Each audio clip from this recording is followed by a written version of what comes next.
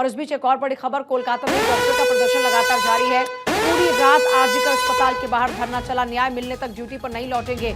Supreme court ने देखिए काम पर लौटने का आदेश दिया था। सुप्रीम कोर्ट ने एक तरफ जहां काम पर लौटने का आदेश दिया और सुप्रीम कोर्ट ने कहा कि अब अगर काम पर नहीं लौटते हैं तो फिर कार्रवाई की जा सकती है। पूरी रात लेकिन इस बीच जो डॉक्टर्स थे वो अड़े रहे।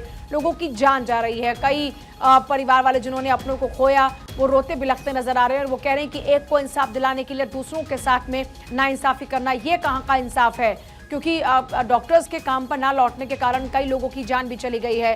तो ऐसे में न्याय मिलने तक ड्यूटी पर नहीं लौटेंगे, ये डॉक्टर्स कहते नजर आ रहे हैं। हालांकि सुप्रीम कोर्ट ने कहा था कि आपके मामलों को सुलझाने के लिए टास्क फोर्स का गठन होगा और टास्क फोर्स का गठन हुआ भी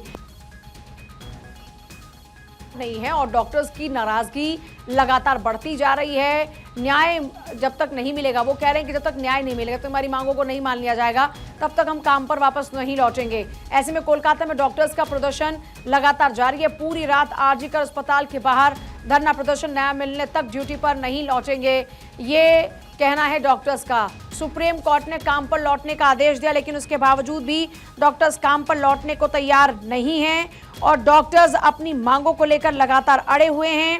इस बीच कल देर रात तक की बात करते हैं, तब भी देखा गया कि डॉक्टर्स धरने पर बैठे रहे। लोगों को इलाज नहीं मिल पा रहा, लोगों के लिए काफी परेशानियां इस वक्त हो रही हैं, लेकिन इससे इतर डॉक्टर्स धरने को खत्म करने के लिए तैयार नहीं हैं और डॉक्टर्स लगातार अपने धरने पर बैठे हुए हैं। पूरी रात आरजीकर अस्पताल के बाहर एक बार फिर धरना चलता रहा।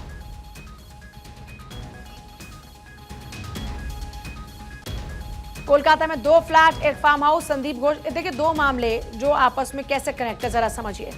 पहला मामला आरजीकर मेडिकल कॉलेज में डॉक्टर के साथ रेप हत्या का मामला सामने आता है और उसके बाद से लगातार डॉक्टर्स हड़ताल पर हैं।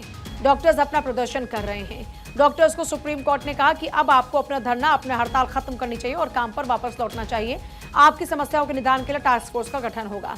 टास्क फोर्स का गठन हुआ और टास्क फोर्स लगातार काम पर भी है, लेकिन इस बीच कोलकाता रेप मर्डर मामले में एक और संदीप घोष नाम की एंट्री होती है। उस वक्त जब जिक्र होता है कि उनको आखिरकार इस पूरे मामले के बाद तुरंत से वहां से कैसे हटाया गया। फिर दूसरा, इनके ऊपर करप्शन का मामला सामने आता है।